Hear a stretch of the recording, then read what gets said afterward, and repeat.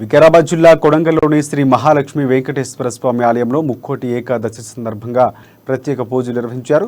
ఈ కార్యక్రమంలో భక్తులు భారీ సంఖ్యలో పాల్గొని తీర్థ ప్రసాదాలు అందుకున్నారు। ఈ కార్యక్రమంలో ఎమ్మెల్యే పట్నం నరేందర్ రెడ్డి పాల్గొన్నారు।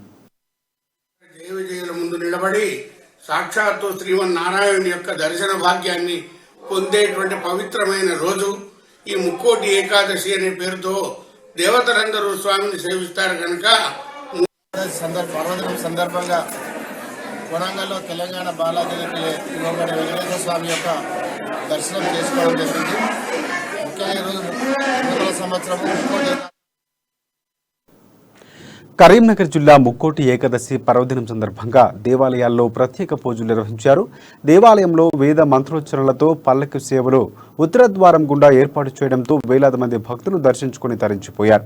ముక్కోటి వైకుంఠ ఏకాదశి రోజున స్వామివారిని దర్శించుకుంటే ముక్కోటి దేవతలు దర్శించుకున్నట్లుగా పాపాలన్నీ తొలగిపోతాయని భక్తుల నమ్మకం। పురాణాలు కూడా చెబుతున్నట్లు భక్తుల నమ్మకం।